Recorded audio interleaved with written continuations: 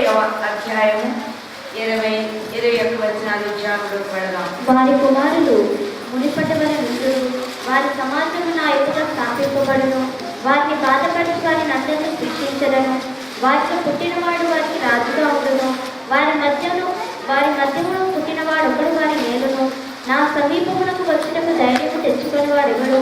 నా సన్నిధికి వచ్చినట్లుగా నేను వారిని చేరదీసెదను. ఇదే యెహోవా వాక్కు. అందరం కలుస్తున్నాం, ప్రార్థనలో శలోభాష్యోనారి కరాసి నాద కడిగిరు వర్షందర ಲೀಕರ ಕುಂದರ ಸೀಕರ ಕುರುಂದರ ಉ ಅರ್ವವಾಶಂದರ ஞான் துருங்கள் வான கட்டிவேரிகள் கர்த்தா ஹல்லேலூயா ஸ்தோத்திரம் praise the Lord. My Lord, I told my Lord I can good mercy. I lose my kind, I good mercy. I told Jesus Virindara Shikara Kundara Sikara Kurundara in Sevestania Tungal Kasanuya Spusra. దయగలండి, నా ఆత్మని వశములో ఉన్నది. ఏడంతలాత్మ నేను కుమరించిన నోటిగా ఉంది. మాతో నాకు అందరితో మాట్లాడండి.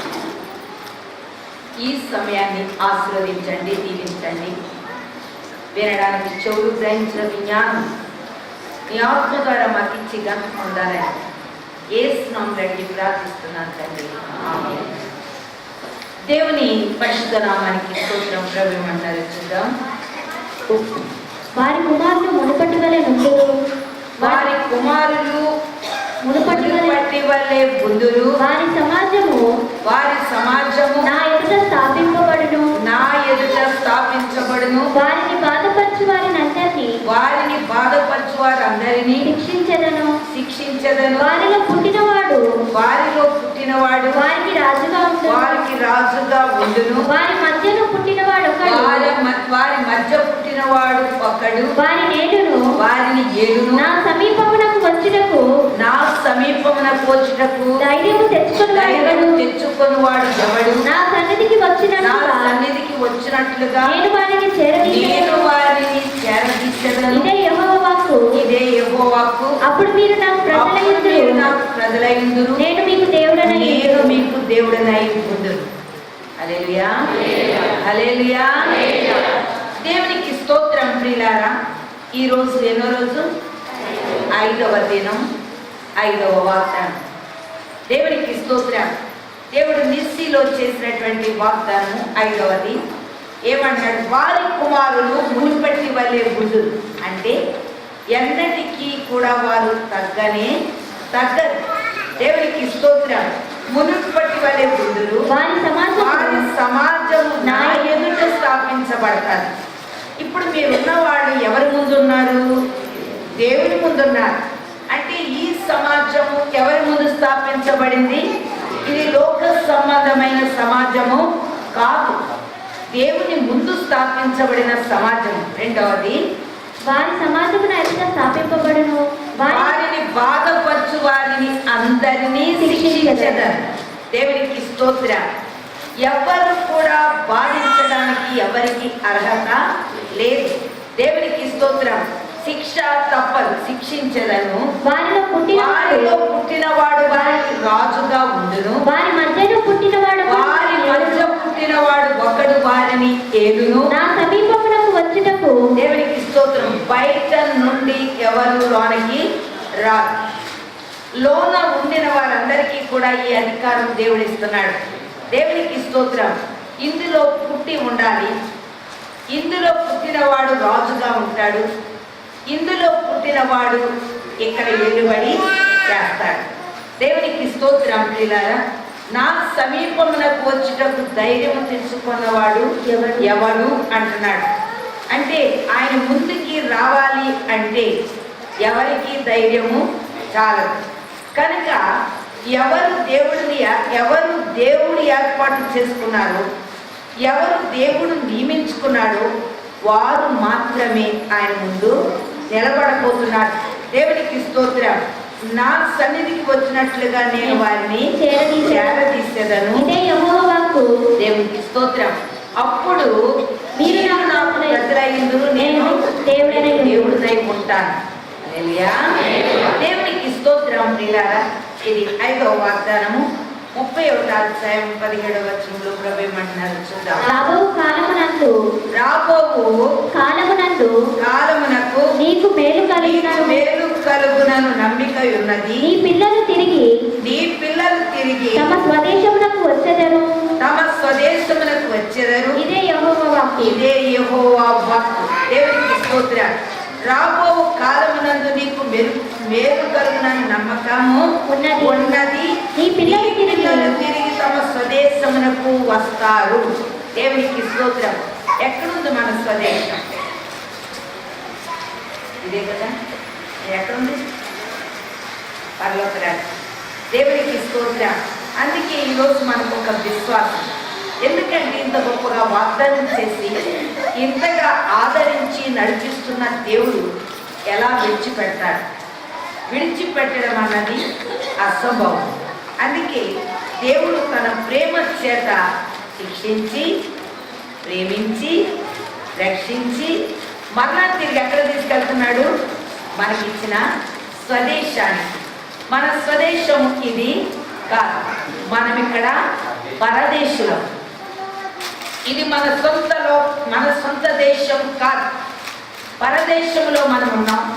స్వదేశానికి వెళ్ళడానికి దేవుడు తనతో మనల్ని ఏం చేశాడు? ముడిపెట్టుకున్నాడు. దేవునికి స్తోత్రం ప్రియులారా. యెషయా 1వ అధ్యాయము 26వ వచనం చూద్దాం. యెషయా 1వ అధ్యాయం 26. మొదట ఉండినట్లు నీకు న్యాయాధిపతులను మరలా ఇచ్చెదను. ఆదిలో ఉండినట్లు నీకు ఆలోచనకర్తలను మరలా నియమించెదను. అప్పుడు నీతిగల పట్టణమనియు నమ్మకమైన నగరమనియు నీకు పేరు పెట్టబడు. దేవునికి స్తోత్రం ప్రియులారా. మొదట ఉండినట్లుగా ఎప్పుడు కూడా దేవుని యొక్క కృప మనల్ని తొలగించనని వాగ్దానం చేస్తున్నాడు. మొదట ఉండినట్లు నీకు న్యాయాధిపతులను మరలా ఇచ్చెదను. ఆదిలో ఉండినట్లు నీకు ఆలోచన కర్తలను మరలా నియమించెదను. అప్పుడు నీతిగల పట్టణమనియు అప్పుడు నీకేం పేరు పెడుతున్నాడు? ఎందుకంటే నిన్ను ఈ దేశంలో ఉంచడానికి కాదు, నీ స్వదేశానికి నువ్వు వెళ్ళడానికి సిద్ధపడుతున్నావు కనుక దేవుడు మరలా, దేవుని స్తోత్రం, ఎప్పటికీ కూడా నేను విడిచిపెట్టే దేవుడు కాదు అని చెప్తున్నాడు. దేవునికి స్తోత్రం. నీకు చక్కని పేరు పెడుతున్నాడు. నీతి గల పట్టణము, నమ్మకమైన నగరం అనే పేరు నీకు దేవుడు ఇవ్వబోతున్నాడు. హల్లెలూయా, హల్లెలూయా. నీతి కలిగి నమ్మకముగా ఉంటేనే పరలోక రాజ్యంలో మనము చేరతాం. లేదు అంటే మనం పరలోక రాజ్యంలో చేరలేము. అందుకే దేవుడు ఈరోజు మనతో మాట్లాడుతున్నాడు. నీ ఒక నీతి గల దానవని, నమ్మకమైన దానివని దేవుడు నీకు ఒక ఉన్నత పేరు పెట్టి, దేవునికి స్తోత్రం, నీకు న్యాయాధిపతులనిచ్చి, దేవునికి స్తోత్రం, ఆదిలో నుండినట్లుగానే నీకు ఆలోచనకర్తలనిచ్చి నిన్ను ఒక పాత్రగా దేవుడు చేసి నడిపించడానికి దేవుడు ఇష్టపడుతున్నాడు. దేవునికి స్తోత్రం. 54వ అధ్యాయం 13వ వచనం ఏముందో చూద్దాం. 54:13. నీ పిల్లలందరూ యెహోవా చేత ఉపదేశము పొందిన వారు, నీ పిల్లలకు అధిక విశ్రాంతి కలుగుతుంది. దేవునికి స్తోత్రం ప్రియులారా. నీ పిల్లలందరూ యెహోవా చేత ఉపదేశం పొందిన వారు. ఇవి మానవ ఆలోచనలతో కానీ, మానవ తలంపులతో కానీ నీకు సువార్త అందదు. దైవ ఉద్దేశంతోని, దైవ ఆలోచనతో నీకు ఈ యొక్క వాక్యం అందుతాది కనుక నీవు ఎవరి చేత? దేవుని చేత ఉపదేశం పొందుతావు. దేవుని స్తోత్రం. నీ పిల్లలందరూ యెహోవా చేత ఉపదేశం పొందిన వారు, నీ పిల్లలకు అధిక విశ్రాంతి. అంటే నిశ్చయముగా నీ బిడ్డలు ఎక్కడుంటారు? అధికమైన విశ్రాంతి పరలోక రాజ్యంలో ఉంది. ఇప్పుడు ఇక్కడ విశ్రాంతి తీసుకుంటాం అంటే మరలా తిరిగి లేస్తాం, పనులు చేసుకుంటాం. అధికమైన విశ్రాంతికి వెళ్ళవలసిన స్థలం ఒకటి ఉంది. ఆ స్థలములో నీకు అధిక విశ్రాంతి కలుగుతుందని వాక్యం నీకు నాకు కూడా హెచ్చరిక చేస్తూ మాట్లాడుతుంది. దేవునికి స్తోత్రం ప్రియులారా. ఆది కాండము 49వ అధ్యాయము 10వ వచనం చూద్దాం. ఆది కాండం 49:10. షీలోహు వచ్చే వరకు యూదా యొద్ద నుండి దండము తొలగదు, అతని కాళ్ళ మధ్య నుండి రాజదండము తొలగదు, ప్రజలు అతనికి విధేయులై ఉండురు. దేవునికి స్తోత్రం. షిలోహు వచ్చే వరకు యూదా యొద్ద నుండి దండము తొలగదు, అతని కాళ్ళ మధ్య నుండి రాజదండము తొలగదు, ప్రజలు అతనికి విధేయులై ఉంటారు. దేవునికి స్తోత్రం.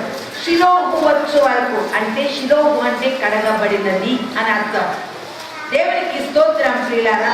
యూదా యొద్ద నుండి దండము తొలగదు అంటే నువ్వు పరిపూర్ణమయ్యే వరకు కూడా, సంపూర్ణమయ్యే వరకు కూడా దండము నీకు తప్పదు. ఒకవేళ దండము లేదు అనుకో, ఏం కాబోతున్నావు? కదా దండము లేకపోతే ఏం కాబోతున్నావు? నాశనానికి వెళ్ళిపోతావు. అందుకని నీవు సంపూర్ణముగా కడగబడే వరకు కూడా దండము నీకు తప్పదు. ఎప్పటి వరకు దండం ఉంటుంది? ఆఖరి గడియ వరకు. హల్లెలూయా. అంటే మన దేవుడు ప్రేమిస్తున్నాడు అంటే మనం అంటే అంత ప్రత్యేకమైన ప్రేమ అది. అదేంటంటే దండిస్తే ప్రేమ అంటే అవును. దండించకపోతే మనుషులు ఏమైపోతాం? మార్గము తప్పిపోతాం. అందుకే మార్గము తప్పకుండా దేవుడు మనం ప్రేమిస్తాడు. ఆ ప్రేమను మనం తృణీకరించకూడదు. అడుగు అడుగుని ఆ ప్రేమను బట్టి మనం ఏం చేయాలి? దేవునికి కృతజ్ఞతలు చెల్లించాలి. అయ్యా, నువ్వు నన్ను ప్రేమించావు, అందుకొరకు నువ్వు నన్ను దండిస్తున్నావు. నన్ను ప్రేమించకపోతే, నన్ను విడిచిపెడితే నాకు దండన దొరికేది కాదు. దేవుని దగ్గరికి రావడానికి దేవుడు ఏం చేస్తాడంటే తప్పకుండా మనల్ని దండిస్తాడు. శరీర బలహీనతో లేకపోతే ఆర్థిక పరిస్థితిలో ఏవో కొన్ని మన వెంటాడు. వాటిని బట్టి ఎవరి దగ్గరికి వస్తుంటాం? దేవుని దగ్గరికి వస్తాం. దేవునికి స్తోత్రం. అది ప్రేమించిన వారికి జరుగుతుంది, ప్రేమ లేని వారికి జరగదు. మరింతగా కడగబడడానికి, మరింతగా దేవునిలో పరిశుద్ధులు అవడానికి, నీతిమంతులు అవడానికి దేవుని ఏర్పాటు ఆయన దండం. అది నువ్వు గ్రహించినట్లయితే నిశ్చయముగా దాన్ని ఉన్నతముగా ఆలోచన చేస్తాం. నేనేం పాపం చేశాను, నేనేం చేశాను ప్రభు అంటే కాదు. నా ప్రభు నన్ను ప్రేమించాడు, నన్ను దండించాడు, నాకు శిక్షించాడు. దాన్ని బట్టి నా తండ్రికి వందనాలని చెప్పండి.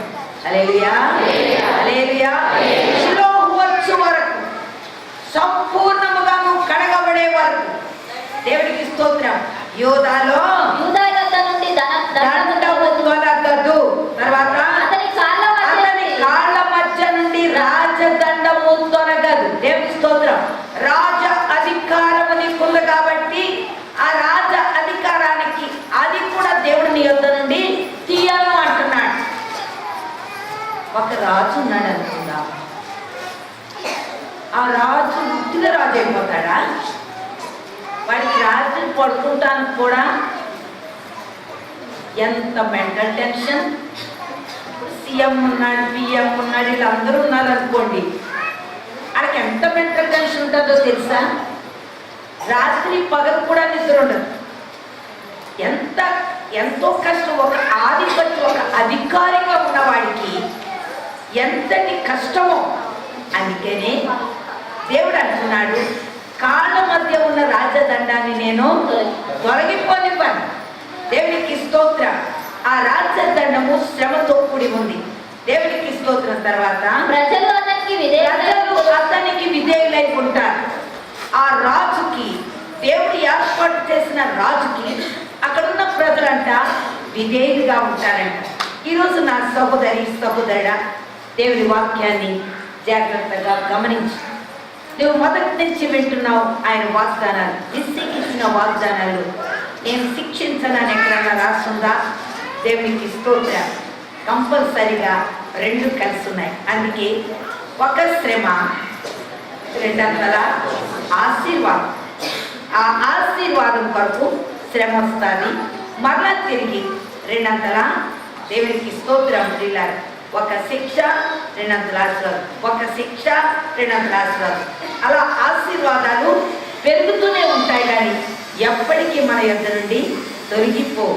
అందుకని శిక్ష మనకి చాలా అవసరం. అది నా పొద్దు అంటే నువ్వు బీజుడి, నువ్వు మంచి బీజానివి కాదు. మంచి బీజమైతే దాన్ని బట్టి కృతజ్ఞతలు చెల్లించి ఇంకా దేవుళ్ళు సంపూర్ణం అవడానికి ఆస్కారం ఉందని వాక్యం సెలవిస్తూ వస్తున్నది. దేవునికి స్తోత్రం. చూద్దాం ద్వితీయోపదేశకాండం 18వ అధ్యాయం 18వ వచనం చూద్దాం. ద్వితీయోపదేశకాండం 18:18. వారి సహోదరులలో నుండి నీ వంటి ప్రవక్తను వారి కొరకు పుట్టించదను, అతని నోట నా మాటలు ఉంచుదును, నేను అతనికి ఆజ్ఞాపించినది యావత్తును అతని వారితో చెప్పును. దేవునికి స్తోత్రం ప్రియులారా.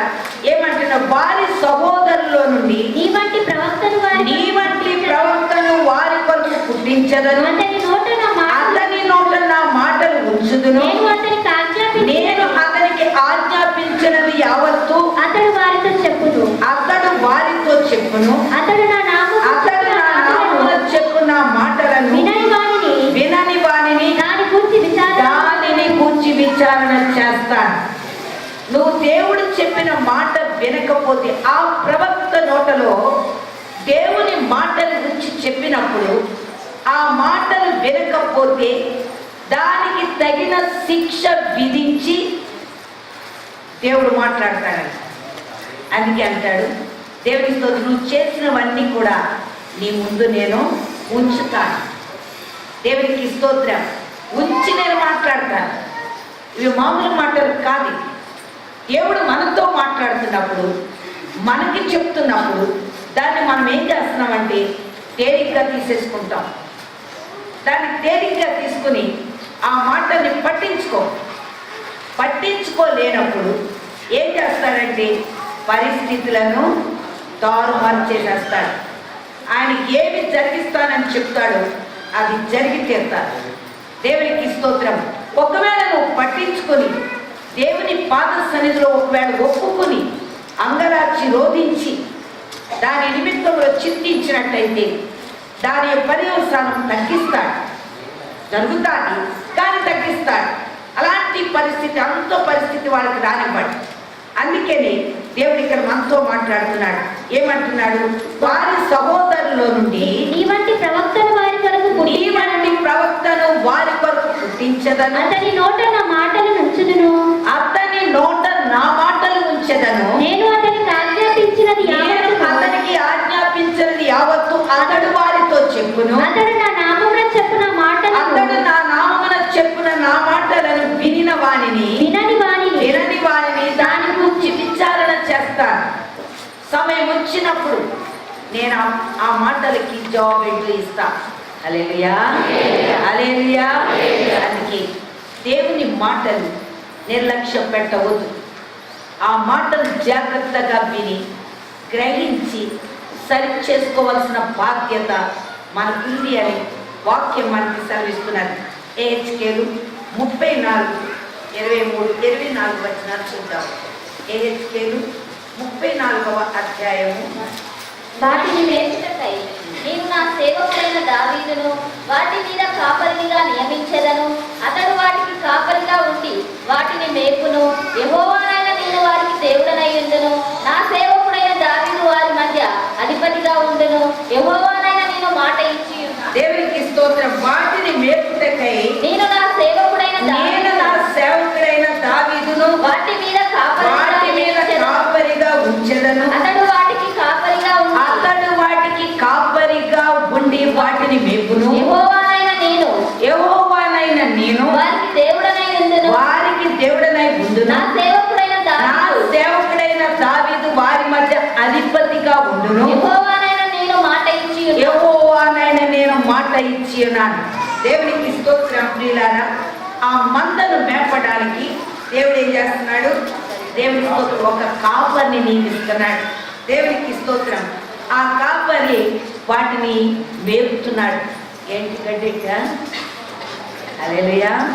వాక్యం. ఆ వాక్యంతో మేపి దేవుని స్తోత్రం ఆ బిడ్డల్ని ఏం చేస్తున్నాడు? తన బిడ్డలుగా మార్చుకుంటున్నాడు. దేవుని స్తోత్రం. యెహోవానైన నేను వారికి దేవుడనై ఉంటాను. ఎందుకు? నా మాటలు వారు వినాలి.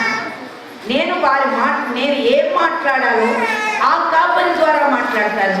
అప్పుడు ఎవరైతే దేవుని మాట వింటున్నారో వారు దేవునికి పిల్లలుగా ఉంటున్నారు. దేవునికి స్తోత్రం. నా సేవకుడైన దావీదును వారి మధ్య అధిపతిగా ఉంచుతాను అంటున్నాడు. నేను మాట ఇచ్చి ఉన్నాను. హల్లెలూయా, హల్లెలూయా. దేవునికి స్తోత్రం. పిల్లలంటే దావీదుకి వస్తాడా? మరి ఈరోజు దేవుడు మనతో మాట్లాడుతున్నాడు. ఎందుకంటే ఆయనకి ఒక రాజు అవసరం. ఆ రాజుని తన యొక్క మరి గొర్రెలను మేపుకోవడానికి ఆ రాజు నియమించుకుని ఆ రాజులో తన మాట నుంచి ఆ రాజు ద్వారా దేవుడు తన గొర్రెల్ని మేపిన ఆ బిడ్డలందరూ ఎవరైతే దేవుని మాట వింటున్నారో వాళ్ళందరినీ కూడా తన బిడ్డలుగా మార్చుకుని వారిని తన ప్రజలుగా చేసుకుంటున్నట్టుగా వాక్యం మనకి ఈరోజు హెచ్చరిక చేస్తూ వస్తున్నది. దేవునికి స్తోత్రం. 37వ అధ్యాయము 22-23 వచనాలు చూద్దాం. వారిక మీదట ఎన్నటికి రెండు జనములుగాను రెండు రాజ్యములుగాను ఉండకుండానట్లు ఆ దేశముల ఇశ్రాయేలుల పర్వతముల మీద వారిని ఏకజనముగా చేసి వారికందరికీ ఒక రాజును నియమించదను. తమ విగ్రహముల వలన గాని తాము చేసి ఉన్న హేయ క్రియల మీదట ఎన్నటికి రెండు జనములుగాను రెండు రాజ్యములుగాను ఉండకుండానట్లు ఆ దేశములో పర్వతముల మీద వారిని ఏకజనముగా చేసి వారికందరికీ ఒక రాజునే నియమించదను. తమ విగ్రహం వలనే కానీ తాము చేసిన క్రియల వలనే కానీ ఏ అతిక్రమక్రియల వలన కానీ వారి మీద తమను అపవిత్రపరచుకొనరు. తాము నివసించిన చోట్లన్నిటిలో వారు మానగా పాపములు ఇకను చేయకుండా వారిని రక్షించి వారిని పవిత్రపరిచెదను. అప్పుడు వారు నా జనులకు నేను వారి దేవుడనై ఎప్పుడు అవుతున్నాడు? ఈరోజు మనం జాగ్రత్తగా గమనిద్దాం. దేవునికి స్తోత్రం. ఇంకా రెండు జనములుగా కానీ రెండు రాజులు ఏక మనస్సు ఏక ఆత్మ కలిగి దేవునితో మనం ఐక్యత చెంది ఒకే జనముగా ఒకే రాజ్యముగా ఉండడానికి దేవుడు నిర్ణయించాడు. హల్లెలూయా. దేవునికి స్తోత్రం. పిల్లలు అందుకే అన్నాడు దేవుని స్తోత్రం. వీరిని ఎక్కడ పెడతాడంట? పర్వతం మీద. ఏం పర్వతం మీద? సియోను పర్వతము మీద అంటే ఉన్నత స్థానంలో వారిని ఉంచుతాడు. ఇంకేం చేస్తున్నాడు? వారిని ఏకజనముగా చేసి వారిని అందరినీ ఏకజనముగా చేసి ఒకే రాజును పెడుతున్నాడు. 10 మంది రాజులు పెడికి ఉండరు. ఏకజనము ఏక రాజు. దేవుడు ఏక ఆత్మ ఏక మనస్సు. రాజు మనస్సు ప్రజల మనస్సు కూడా ఒకటిగానే ఉంటారు. ఎందుకు? దేవుడి మాట వింటున్నారు కనుక దేవుడు వారిని ఏకజనముగా చేసి వారికి ఏక రాజుని నియమిస్తున్నాడు. ఒకే రాజు నియమించి ఆ మాట వినేటట్టుగా దేవుని ఆత్మ వారిని మార్చివేయబోతుంది. హల్లెలూయా. ఏమంటున్నాడు? తమ విగ్రహముల వలన తమ విగ్రహం వలనే కానీ విగ్రహాలు ఏంటి? విగ్రహాలు క్రైస్తవులకు విగ్రహాలే ఉండవు కదా? ఉంటాయా? ఉన్నాయా ఎవరికైనా విగ్రహాలు? ఎవరికి లేవు, అసలు లేవు. సరే, సువార్తలోనూ మత్తయి సువార్తలోనూ ఒక మాట అన్నాడు. ఏమేమో ఎన్ని విగ్రహాలు ఉన్నాయి చూద్దాం సార్. తీస్తే చదివేయమ్మా. లోపలి నుండి అనగా మనుషుల హృదయంలో నుండి దురాలోచనలను చూడండి. అవేమో పాపాలు, అవి రెండోసారి చదవాలి. విగ్రహాలు ఉన్నాయి. తల్లిని కానీ తండ్రిని కానీ అన్నదమ్ములు కానీ అవేమో విగ్రహాలు. ఇవి పాపాలు. ఇవి తర్వాత చదువుతాం, ఇవి ముందు చదువుతాం. పేతురు ఇదిగో మేము సమస్తమును విడిచిపెట్టి నిన్ను వెంబడించితిమని ఆయనతో చెప్పెను. అందుకు యేసు నేను నా నిమిత్తము సువార్త నిమిత్తము, దేవుని నిమిత్తము, సువార్త నిమిత్తము ఇంటినైనను అన్నదమ్ములనైనను అక్క చెల్లెండ్రనైనను తల్లిదండ్రులనైనను భూములనైనను విడిచిన వాడు ఇప్పుడు ఇహమందు హింసలతో పాటు నూరంతలుగా ఇళ్లను అన్నదమ్ములను అక్క చెల్లెండ్లను బంధువులను భూములను రాబో లోకమందు నిత్య జీవమును పొందని మీతో నిశ్చయముగా చెప్తున్నాను. సరే, మరి మనలో అవి ఉంటే ఏమైపోతాం? దేవునికి దూరంగా వెళ్ళిపోతాం. సాధారణంగా దేవునిలోకి వచ్చినప్పుడు ఏమని బెదిరిస్తారంటే, రే నా ఆస్తిలో నీకు స్థలం లేదురా, పొలమే పండురా, ఇల్లు కూడా ఇవ్వను అని బెదిరి పెడతా ఉంటారు. లేకపోతే ఏదో ఒకటి. అయితే మనం ఏం చేస్తామంటే ఈ లోకపు ఆశతోటి, ఈ అంతరంగంలో ఉన్న విగ్రహాలతోటి మనం దేవుని విడిచి వాళ్ళ తట్టు తిరుగుతాం. అందుకే దేవుడు అంటున్నాడు, వాళ్ళని ప్రేమించకూడదు, వాళ్ళని దూరం చేసేయాలి అది అన్నట్టు కాదని. అంటే వారి ప్రేమను ఆలోచన చేసుకొని ఎవరిని విడిచిపెట్టేస్తాం? దేవుని విడిచిపెట్టేస్తాం. అందుకని అవి నువ్వు విడిచిపెట్టకుండా నీవు దేవుని పట్టుకొని ఆ ప్రకారంగా నువ్వు నడిచినట్టయితే, నేను ఇహమందు ఎంతో మంది అన్నదమ్ములు, అక్క చెల్లెండ్రు, పొలాలు, స్థలాలు, ఎవ్రీథింగ్ నీకు ఇచ్చేస్తా. ఇప్పుడు తల్లిదండ్రులు ఉన్నారు అనుకుందాం, పిల్లలు చూడగలుగుతున్నారా తల్లిదండ్రుల్ని? దేవాత్మికమంటున్నారు. దేవుడికి స్తోత్రం. ఇప్పుడు బాగానే ఉంటారు. భార్య రాగానే, ఏదే నీతో బాలేంటి, మేము ఇంట్లో ఉన్నాం, వెళ్ళిపోతాం, ఉన్నాం అదే నిన్న నవ్వుతూ నేను ఎక్కడేంటి అని తల్లిదండ్రులు దూషించిన వారు ఎంతమంది ఉన్నారు ఆలోచించి. ఒక భార్య కొరకు ఇల్లు వదులుతున్నాడు, తల్లిదండ్రులు వదులుతున్నాడు, అన్ని వదులుతున్నాడు. దేవుని కొరకు అమ్మో ఆస్తువులంటండి, పొలం ఎవరంటండి, మేమైతే అక్కడే ఉంటామండి, దేవుడు వద్దు ఎవరు వద్దు అంట. దేవుడు వాగ్దానం చేస్తున్నాడు, నీకు నేను కొదువులు చేయను, నీకేది తక్కువ కానివ్వను, సమస్తాన్ని నింపుతాను, ఉన్నతముగా నేను ఆశీర్వదిస్తాను. నా నిమిత్తము, నా రాజ్య నిమిత్తంలో నువ్వు ఇవన్నీ వదులు. హల్లెలూయా. అప్పుడు ఇక మందు 100 రెట్లు, పరమందు అనేక వేల రెట్లు, ప్లస్ నిత్య జీవం, యుగ యుగాలు ఉండే ఆ రాజ్యంలో నువ్వు ఉండబోతున్నావని దేవుడు మాట్లాడుతున్నాడు. నిశ్చయముగా ఇవి మన జీవితాల్లో విగ్రహాలు. అయితే దేవుడు ఏమంటున్నాడంటే, విగ్రహాలు లేకుండా చేస్తాను అన్నాడు. అన్నాడా? ఏమన్నాడు ఇక్కడ? తమ విగ్రహముల వలన కానీ, ఏ క్రియల వలన కానీ, ఏ అతిక్రమ క్రియల వలన కానీ వారికి మొదట తమను అపవిత్రపరచుకొనరు, తాము నివసించిన అపవిత్రపరచుకొనరు, తాము నివసించిన చోట్లన్నిటిలో వారు మానవ పాపములు ఇక చేయకుండా వారిని రక్షించి వారిని పవిత్రపరచెదను. అప్పుడు వారు నా జనులగును.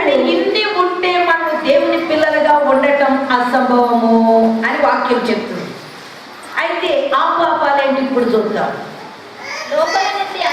లోపల నుండి అనగా మనుషుల హృదయములో నుండి చెడ్డ ఆలోచనలు, దురాలోచనలు, జారత్వములు, దొంగతనములు, నరహత్యలు, వ్యభిచారములు, లోభములు, చెడుతనములు, కృత్రిమములు, కామ వికారములు, మత్సరము, దేవదూషణ, అహంభావము, అవివేకము, ఇవన్నీ కూడా లోపల నుండి వస్తాయి. అయితే ఇవి అపవిత్రమైనవి. దేవుడు ఏమంటున్నాడంటే, ఎప్పుడైతే నా బిడ్డలు నా మాట విని నా తట్టు తిరుగుతున్నారో, నా మాట ప్రకారంగా జరిగిస్తున్నారో, వారికి నేను ఇలాంటివేవి ఉండనివ్వను. వారిని పవిత్రపరుస్తాను. వారు నాకు ప్రజలై ఉంటారు, నేను వారికి తండ్రిని అయి ఉంటాను. అప్పుడు నానా అనగానే అన్నట్టుగానే ఆయన మన పక్షంలో గొప్ప కార్యాలు చేయబోతున్నారు. హల్లెలూయా, హల్లెలూయా. అందుకే మొట్టమొదటి తీసుకుందాం. నిశ్చయముగా ఈరోజు దేవుడు నేను పిలిచాడు, నీకు వాగ్దానం చేశాడు. నీవు ఒక రాజుగా చేయడానికి ఇష్టపడుతున్నాడు. దేవుడికి స్తోత్రం. నేను ప్రేమిస్తున్నానని చెప్తున్నాడు. ప్రేమించిన వారిని దండిస్తానంటున్నాడు. వాడు నరకానికి వెళ్ళకుండా, ఈ లోకంలో పడిపోకుండా, జారి పడకుండా దేవుడు ఏం చేస్తున్నాడంటే వారిని సరిదిద్ది, అంటే శిక్ష ద్వారా సరిదిద్ది ఆ ఆత్మను ప్రభు తట్టు తిప్పుకుంటున్నాడు. అది లేకపోతే ఆ ఆత్మ ప్రభు తట్టుకి రాదు, దేవుడి నుంచి వెళ్ళిపోయే అవకాశాలు ఉంటాయి. అది దైవ వాక్యం ఈరోజు మనతో హెచ్చరిక చేస్తూ ఉన్నది. ఏ విధంగా నువ్వు ఉన్నత స్థానానికి వెళ్ళబోతున్నావు దేవుడు ఈరోజు మాట్లాడుతున్నారు. దేవునికి స్తోత్రం. పిల్లల ఇర్మియా గ్రంథము 49:19 చూద్దాం. ఇర్మియా చిరకాలము నివాసమును పట్టుకొనవలెనని శత్రువులు యోర్దాను ప్రవాహములో నుండి సింహము వలె వచ్చుచున్నారు. దేవునికి స్తోత్రం. ప్రియులారా, ఇక్కడ ఏమంటున్నాడు? చిరకాలము నిలిచి నివాసమును పట్టుకొనవలెనని శత్రువులు యోర్దాను ప్రవాహములో నుండి సింహము వలె వచ్చుచున్నారు.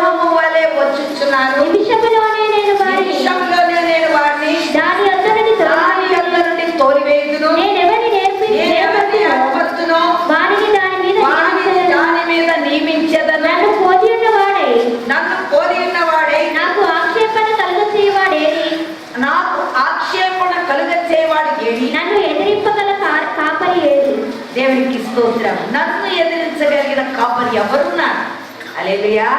ఇక్కడ దేవుడు అంటున్నాడు, చిరకాలము నిలిచి నివాసమును పట్టుకొనవలెనని శత్రువులు యోర్దాను ప్రవాహములో నుండి సింహము వలె వచ్చుచున్నారు. దేవునికి స్తోత్రం. నీ మీదకి శత్రువు ఒకవేళ వస్తే నిమిషములోనే నేను వారిని తోలివేస్తాను అంటున్నాడు. నేను నీ మీదికి శత్రువు నేను రానివ్వను. వచ్చిన వాడు నిమిషంలోనే తోలివేయబడబోతున్నాడు. దేవునికి స్తోత్రం. ఇంకేమంటున్నాడు? నేనెవరిని ఏర్పరుతున్నో వారిని దాని మీద నియమిస్తాను.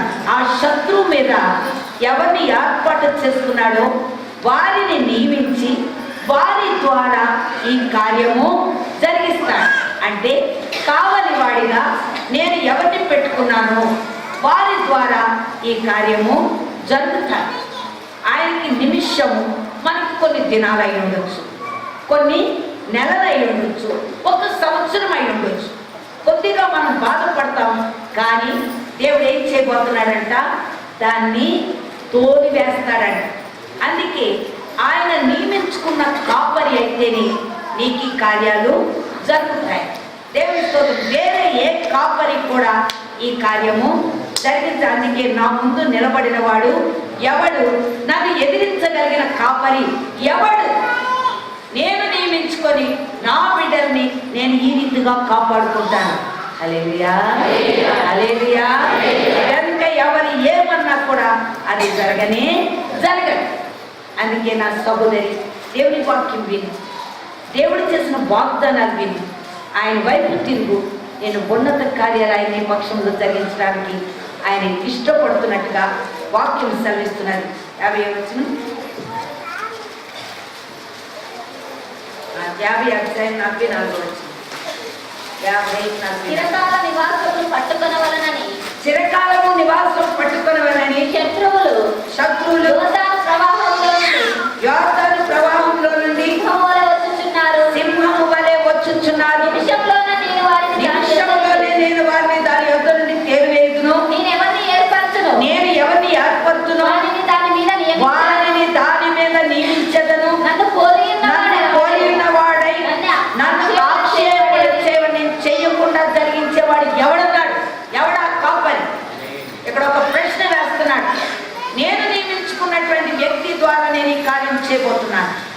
ఎవడు కూడా దాన్ని జాలడు, నన్నెవడు కూడా ఆక్షేపించలేడు అంటున్నాడు.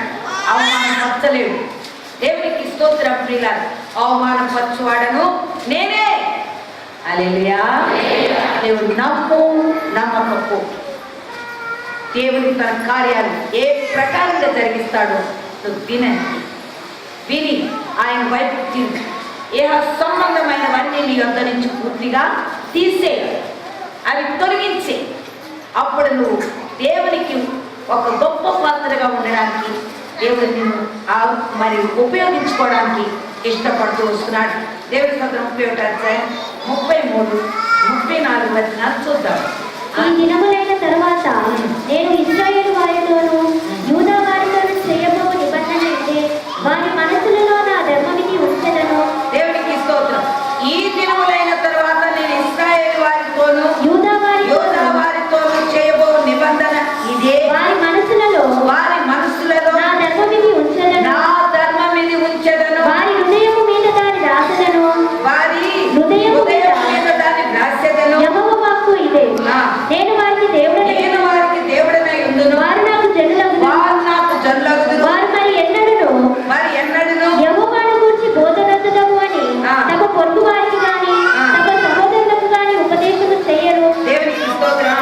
నేను వారి దోషములను క్షమించి వారి పాపములను ఇక నెన్నడూ జ్ఞాపకం చేసుకోలేను గనుక అల్పులేమి ఘనులేమి అందరూ నన్ను ఎరుగుదురు. ఇదే యెహోవా వాక్కు. దేవునికి స్తోత్రం. ఇంకెన్నటికీ కూడా ఎవరి బోధ ఇక అవసరం లేదు. ఎందుకు? ఆ మహిమ పట్టణంలోకి వెళ్ళాక ఆయనతో మనం అల్పులు కాకుండా నేను వారిని గొప్పగా చేయబోతున్నాను. అందరి ముందు గొప్పగా దేవుడు దీవించబోతున్నాడు, ఆశీర్వదించబోతున్నాడు. ఉన్నతమైన ఒక పేరు పెట్టి నిన్ను పిలవబోతున్నాడు. ఒక కొత్త పేరు నీకు పెట్టి ఆయన పిలవబోతున్నానని వాగ్దానం చేస్తున్నాడు. కానీ నా సహోదరి, నువ్వు దేవుని మాట వింటే యెహోవామందు 100 రెట్లు ఉన్నది, పరమందు అనేక వేల రెట్లుంది. అంతేకాకుండా నిత్య జీవం నీకుంది. ఇక ఈ బోధ నీకు ఇక ఉండదు. ఎందుకంటే నువ్వు బోధించబడ్డావు, ఆ ప్రకారంగా నువ్వు నడిచావు కనుకే మరలా తిరిగి ఆ మహిమ రాజ్యంలోకి నువ్వు వెళ్ళిపోయినప్పుడు ఆయన నిన్ను ఘనముగా ఏం చేయబోతున్నాడు? ఆశీర్వదించబోతున్నాడు. హల్లెలూయా. అంటే నీకు ఘనత దేవుడు తీసుకొని రాబోతున్నాడు. అందుకే వాక్యం ఈరోజు మనతో మాట్లాడుతూ వస్తున్నది. నిర్గమాకాండం 3వ అధ్యాయం 5వ వచనం చూద్దాం. నిర్గమాకాండం 3వ అధ్యాయం. అందుకైన దగ్గరకు రావద్దు, నీ పాదముల నుండి నీ చెప్పులు విడువుము, నీవు నిలిచి ఉన్న స్థలము పరిశుద్ధ ప్రదేశము అనెను. దేవునికి స్తోత్రం. అందుకైన దగ్గరకు రావద్దు, నీ పాదముల నుండి. మొట్టమొదట ఇవన్నీ జరగాలి అంటే నువ్వేం చేయాలంట? నీ పాపాలన్నీ విడిచిపెట్టాలి. వాటిని నువ్వు ధరించుకో. అందుకన్నాడు, నువ్వు ఒకవేళ వాటిని ధరించుకుంటే నా దగ్గరికి నువ్వు రాకూడదు, నాకు నువ్వు దూరంగా ఉండాలి. అందుకన్నాడు, దగ్గరకు రావద్దు, నీ పాదముల నుండి నీ చెప్పులు విడువుము, నీవు నిలిచి ఉన్న స్థలము పరిశుద్ధ ప్రదేశం. అందుకే ఈ స్థలానికి రాక ముందే ఏం చేయాలి? నువ్వు నీ పాపాలని దేవుని దగ్గర ఒప్పుకోవాలి, బయట వాటిని విడిచిపెట్టాలి, నువ్వు లోనికి రావాలి. దేవునికి స్తోత్రం. ఆ పాపాలు బయటే వెళ్ళిపోవాలి. బయట అంటే నీవు ఇక వాటిని నీలో ధరించుకొని ఉండడానికి వీల్లేదు. నీవు పరిశుద్ధ స్థలంలోకి వస్తున్నావు కనుక నువ్వు పరిశుద్ధముగా ఉండాలి. ఒకవేళ ఇక్కడ పరిశుద్ధంగా ఉండి ఇంటికి వెళ్ళాక మళ్ళీ పాపం ధరించుకోవాలా? హల్లెలూయా. ఒకసారి తీసాక మళ్ళీ వేసుకుంటారా? వేసుకోకూడదు. అంతే. దేవుడికి స్తోత్రం. అయిపోయింది కదా, వినేసారు కదా, ఇంటికి వెళ్ళగానే మళ్ళీ మామూలే కదా అనొద్దు. మీరు అలా అయితే మీకు ఏ సహాయం దొరకదు, మీరు దేవుని ప్రజలుగా ఉండలేరు. అందుకే ఇక్కడ అంటున్నాడు, దేవుని స్తోత్రం, నీవు నిలిచిన స్థలము పరిశుద్ధ ప్రదేశము అనెను. మరియు ఆయన, నేను నీ తండ్రి దేవుడను, అబ్రహాము దేవుడను, ఇస్సాకు దేవుడను, యాకోబు దేవుడని చెప్పగా మోషే తన ముఖమును కప్పుకొని దేవుని వైపు చూడవలెను. దేవునికి స్తోత్రం. ఈరోజు నా సహోదరుడా, ప్రతి అపరాధాన్ని, ప్రతి పాపాన్ని దేవుని దగ్గర ఒప్పుకుందాం. పాపం అంటే చాలా ఘోరమైన క్రియ చేయడమే పాపం కాదు. అందుకే గలతీ పత్రిక 5వ అధ్యాయం 19వ వచనం నుంచి శరీర కార్యములు స్పష్టమై ఉన్నది. అవి ఏవనగా జారత్వము, అపవిత్రత, కాముకత్వము, విగ్రహారాధన, అభిచారము, ద్వేషములు, కలహము, మత్సరములు, క్రోధములు, వేదములు, విమతములు, అసూయలు, మత్తతలు, అల్లరితో కూడిన ఆటపాటలు. ఇవేమి సింపుల్ పాపాలే కదా. కానీ చివరి అన్నాడు, ఇవి ఉంటే నా రాజ్యంలో మీరు రారు అంటున్నాడు. చూసారు కదా, ఘోర పాపం మీరు చేయలేదు. మేమేం ఘోర పాపం చేయట్లేదండి, ఏం లేదు అంటున్నాం. కానీ దేవుడు అంటాడు, ఇవి నా దృష్టిలో పాపాలు, ఇవి మీలో ఉంటే నా రాజ్యంలోకి మీరు రాలి. అంటే దేవుని దగ్గరికి వెళ్ళడానికి ఎంత పరిశుద్ధంగా ఉండాలి. మనం ఎవరి మీద మనం కక్ష పెట్టుకోకూడదు, పగ పెట్టుకోకూడదు. పగ అంటే పాము గుర్తు. దేవునికి స్తోత్రం. ఈ పాము స్వభావము మనిషిలో ఉంది కనుక ఆనాడు ఇశ్రాయేలు ప్రజలు నెహుష్ట అని చెప్పి దానికి ఏం చేశారు, వాళ్ళు పూజ చేశారు. అది ఈరోజు మన హిందూ దేశంలో దేవుడుగా మిగిలిపోయాడు. ఆనాడు మనోళ్ళు చేశారు. అలాగే నందిని పెట్టుకున్నారు. దేవునికి స్తోత్రం. ఆ నందిని పెట్టి నందిని పూజ చేశారు. ఈరోజు అది ఇక్కడ పవిత్ర జంతు, పవిత్రమైన దేవుడు. ఈ మాంసం ఎవరు తినకూడదు తెలుసా? హల్లెలూయా. ఎక్కడికి వచ్చినాయి అన్నీ? అన్యత్వంలో ఉన్న నీ జీవితంలో, నా జీవితంలో వచ్చాయి. ఈరోజు అన్యత్వం నీలో ఉండకూడదని వాక్యం చెప్తుంది. ఇందులో ఏ దేవత నిన్ను ఏలుబడి చేయనివ్వకూడదు. దేవునికి స్తోత్రం. వాటికి సాగిల పడకూడదు, వాటికి నమస్కారము చేయొద్దు. వీటికి నువ్వు దూరం ఉండాలి. దేవుడు ఒక్కడే, అనేక మంది లేరు. ఇవన్నీ దేవతలుగా ఆరాధన చేసి ఆనాటి ఇశ్రాయేలు ప్రజలు పూజ చేశారు. అవి ఈరోజు వాటికి గురిగా మిగిలిపోయాయి. సహోదరి సహోదరుడు, ఒక్కొక్క దానికి ఒక్కొక్క దేవతలు ఇశ్రాయేలు ప్రజలు ఏర్పాటు చేసుకున్నారు. నేను మీకు దేవత ఆరాధనలు అవన్నీ చెప్పాను. అందము అనేది ఒక దేవత, దాని ఆరాధన చేస్తారు ఇశ్రాయేలు. ఈరోజు కూడా అందము అనేది సామాన్యమైపోయింది మనుషుల్లో. ప్రతి ఒక్కరిలో కూడా దేవునికి స్తోత్రం. ఈరోజు నా సహోదరి సహోదరుడు ఎన్ని రకాల దేవతని ఆరాధించారో. మరి అర్తెమి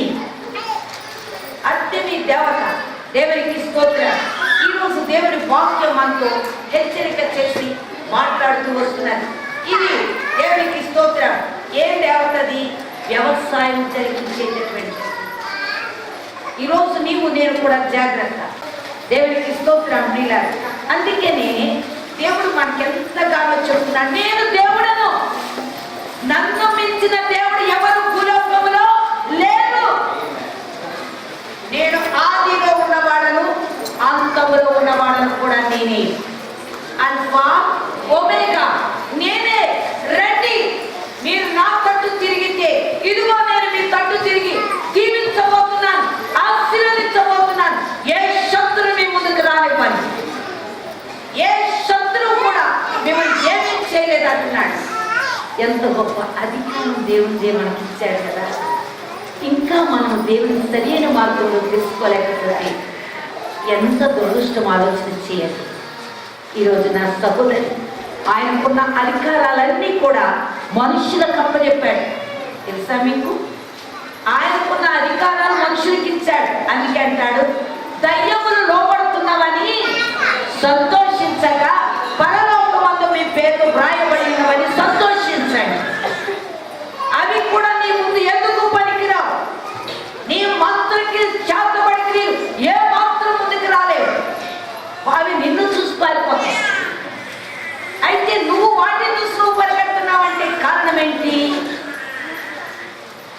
హల్లెలూయా, హల్లెలూయా. దోమను చూసి పరిగెడుతున్నాడు మనిషి, దోమ కాటు చూసి పరిగెడుతున్నాడు మనిషి. వాక్యం చెప్తుంది, విషకరమైనది ఏది త్రాగినా నీకు హాని చేయదు. పరిశుద్ధాత్మ నీలో ఉంటే ఏది నిన్నేమి చేయలేదు. ఈరోజు నా సహోదరి కలవరపడ దేవుని వైపు చూడు. తండ్రి, నా తండ్రి నువ్వే, నాకు ఇంకేదీ లేదయ్యా, నీ వైపు నేనున్నాను, నన్ను రక్షించు. ఇదిగో నీ అధికారం నాకు ఇచ్చావు, ఆ అధికారాన్ని పట్టుకుని సాగిపోవడానికి సహాయం చేయమని. ఈరోజు ఎందుకు నీకు అధికారం దొరకలేదు? నోరిప్పితే అబద్ధాలు, నోరిప్పితే మోసం, అక్రమ క్రియలు ఎన్నో జరిగిస్తున్నాం. అందుకనే దేవుని అధికారం నీ దగ్గర లేదు. ఈరోజు దేవుడు నీకు నాకు కూడా హెచ్చరిక చేసి మాట్లాడుతూ వస్తున్నారు. దేవునితో ఈ లోకంలో ఏదో చేయాలని, ఏదో కనబరుచుకోవాలని కాదు, ప్రభువులో ఉండాలని ఆశపడదాం. దేవునికి స్తోత్రం. చూడండి, హెబ్రీ పత్రిక 5వ అధ్యాయం 4వ వచనం చూద్దాం. హెబ్రీ పత్రిక 5వ అధ్యాయం. మరియు ఎవడును ఈ ఘనత తనకు తానే వహించుకొనడు గాని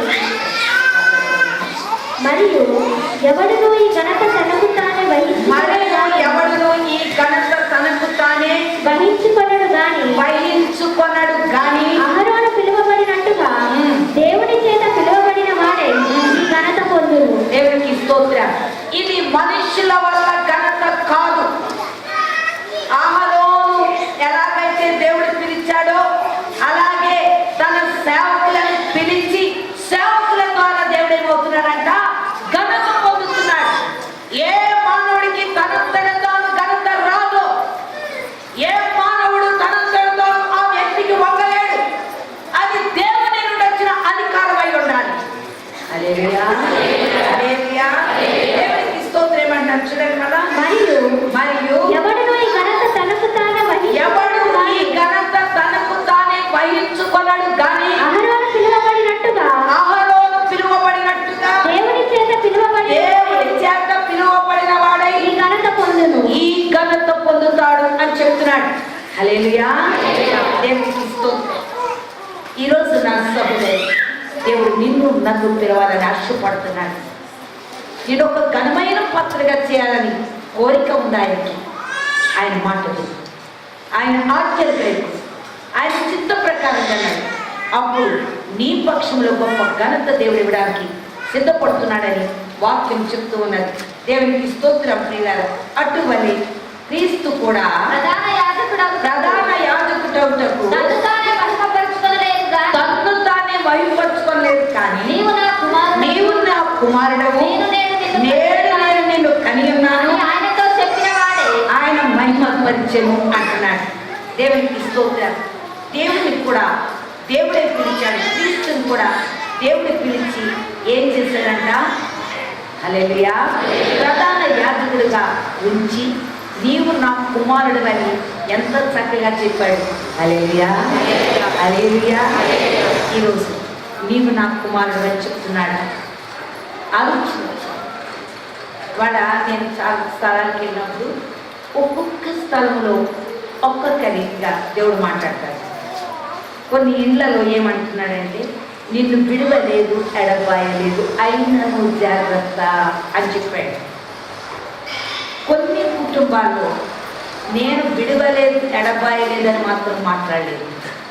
జాగ్రత్త జాగ్రత్త జాగ్రత్త అన్నమాట తప్ప నిన్ను విడవలేదు, ఎడబాయలేదు అనే మాట మాత్రం కొన్ని ఇళ్లలో రాలేదు. ఈసారి ప్రవచన నేను గ్రహించినప్పుడు, అంటే వీళ్ళని విడిచిపెట్టేశాడా, దైవ దృష్టిలో లేరా? నాకు ఇప్పటికీ ఒక ప్రశ్న నా జీవితంలో మిగిలిపోయింది. ఎందుకు జరిగింది? ఎందుకు నిన్ను విడవలేదు, ఎడబాయలేదు అనుకుంటా జాగ్రత్తలు చెప్తున్నాడు. కొన్ని కుటుంబాలకు ఎందుకు చెప్పాడు, కొన్ని కుటుంబాలకు ఎందుకు చెప్పలేదు? ఆలోచన చేయండి. నీవు ఆయనకి ఇన్ని సంవత్సరాల్లో కూడా ఆయనకు నువ్వు కుమారుడిగా కానీ కుమార్తెగా కానీ కనబడతలేదు. ఈరోజు నీవు ఆయనకి కుమారుడిగా కుమార్తెగా ఉంటే ఆయన నిన్ను విడిచే దేవుడు కాదు, ఎడబాసే దేవుడు కాదు అని చెప్తున్నాడు. దేవునికి స్తోత్రం. నా సహోదరి, ఈరోజు దేవుని మాట జాగ్రత్తగా విన్నట్లయితే కృపను బట్టి నువ్వు కాపాడబడతావు. లేదు అంటే ఆ కృప కోల్పోయి ఉండొచ్చునేమో. మళ్ళా పరీక్షించుకొని ప్రభు దగ్గర మొదలుపెట్టినట్లయితే జవాబు పొందుతామని వాక్యం చెప్తుంది. దేవునికి స్తోత్రం. సంఖ్యాకాండం 16 అధ్యాయం 15 వచనం చూద్దాం. సంఖ్యాకాండం 16:15. అందుకు మోషే మిక్కిలి కోపించి, నీవు వారి నైవేద్యమును లక్ష్య పెట్టము, ఒక్క గాడిదనైనను వారి యొక్క నేను తీసుకొనలేదు, వారిలో ఎవరికి నేను హాని చేయలేదని యెహోవా యొద్ద మనవి చేసెను.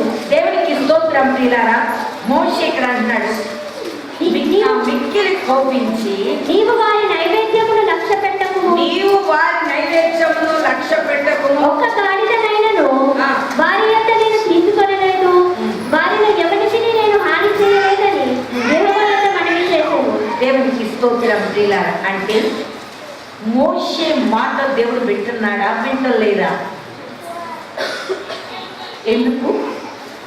దేవుని చేత పిలువబడిన వాడు, ఏర్పాటు చేయబడినవాడు, దేవునికి విధేయుడై ఉన్నందువల్ల దేవుని దగ్గర మోషే ఏదైతే అడుగుతున్నాడో నిశ్చయముగా అది మోషే పక్షంలో దేవుడు నెరవేర్చాడు. హల్లెలూయా, హల్లెలూయా. ఈరోజు నీవు దేవుని ప్రేమించినట్లయితే, దేవుని యొక్క మాటలు విన్నట్లయితే, నువ్వు ఏది అడుగుతావో అది నేను ఇస్తానని వాగ్దానం చేస్తున్నాడు. నా సహోదరి, వాగ్దానం చేసిన వాడు నమ్మదగిన వాడు. నిశ్చయముగా ఆ వాగ్దానం నీ పక్షంలో వినడానికి ఆయనకి ఇష్టమై ఉంది. తప్పకుండా ఆయన వింటాడు. కాబట్టి ఈరోజు నువ్వేం చేయాలి? ఆయన సన్నిధిలో నీలో ఉన్న ప్రతి విగ్రహాన్ని, పాపాన్ని తొలగించుకొని నువ్వు దేవుని బిడ్డగా ఉన్నట్టయితే, దేవునితో ఉన్నట్లయితే నిశ్చయముగా దేవుడు నీ మాట విని నీ పక్షంలో గొప్ప కార్యం జరిగించబోతున్నట్టుగా వాక్యం చెప్తుంది. దేవునికి స్తోత్రం. ఆయన మహాప్రేమమయుడు. కానీ ఉగ్రత వస్తే మాత్రం ఆ ప్రేమ ఆ రూపంలో మాట్లాడు. కనుక ఇక్కడి నుంచి మనం ప్రత్యేకించుకోవాలని వాక్యం మనకి హెచ్చరిక చేస్తుంది. దేవునికి స్తోత్రం. చూద్దాం. మరి జకర్యా 8వ అధ్యాయం 3వ వచనం చూద్దాం. జకర్యా యెహోవా సెలవిచ్చినదేమనగా, నేను సీయోను వద్దకు మరలా వచ్చి యెరూషలేములో నివాసము చేసెను, సత్యమును అనుసరించి పురమనియు, సైన్యములకు అధిపతియగు యెహోవా పర్వతము పరిశుద్ధ పర్వతము అనియు పేర్లు పెట్టబడును. దేవునికి స్తోత్రం. ఇప్పుడు దేవుడు మాట్లాడుతున్నాడు. ఏమంటున్నాడు? యెహోవా సెలవిచ్చినదేమనగా, నేను సీయోను వద్దకు మరలా వచ్చి యెరూషలేములో నివాసము నేను సీయోను వద్దకు మరలా వచ్చి యెరూషలేములో నివాసులు చెట్టును సత్యమును అనుసరించి పురమనియు, సత్యమును అనుసరించి పురమనియు, సైన్యములకు అధిపతియగు యెహోవా పర్వతము పరిశుద్ధ పర్వతమనియు పేర్లు పెట్టబడును. దేవునికి స్తోత్రం. ప్రియులారా, మరలా వచ్చి అంటున్నాడు. నీవు పశ్చాత్తాపడినట్లయితే, ప్రభు వైపు తిరిగినట్లయితే దేవుడు మరలా నీ దగ్గరకు వచ్చి నిన్ను కనికరిస్తానని వాగ్దానం చేస్తున్నాడు. ఆయన దగ్గర మరి ఇది కూడా ఉంది, కనికరం కూడా ఉంది.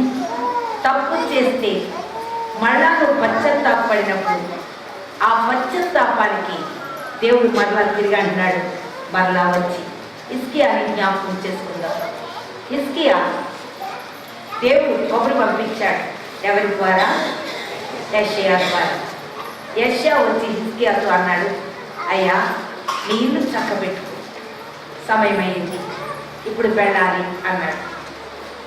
వెంటనే హిజ్కియా గోడ తట్టు తిరిగి ఏడ్చాడు, అయ్యా నేను చేసినవన్నీ నువ్వు జ్ఞాపకం చేసుకో, నీ నిమిత్తంలో నేనేమేమి జరిగించాను వాటన్నిటినీ జ్ఞాపకం చేసుకోమని ఏడ్చినప్పుడు వెంటనే ఇంకా గుమ్మము దాటలేదు.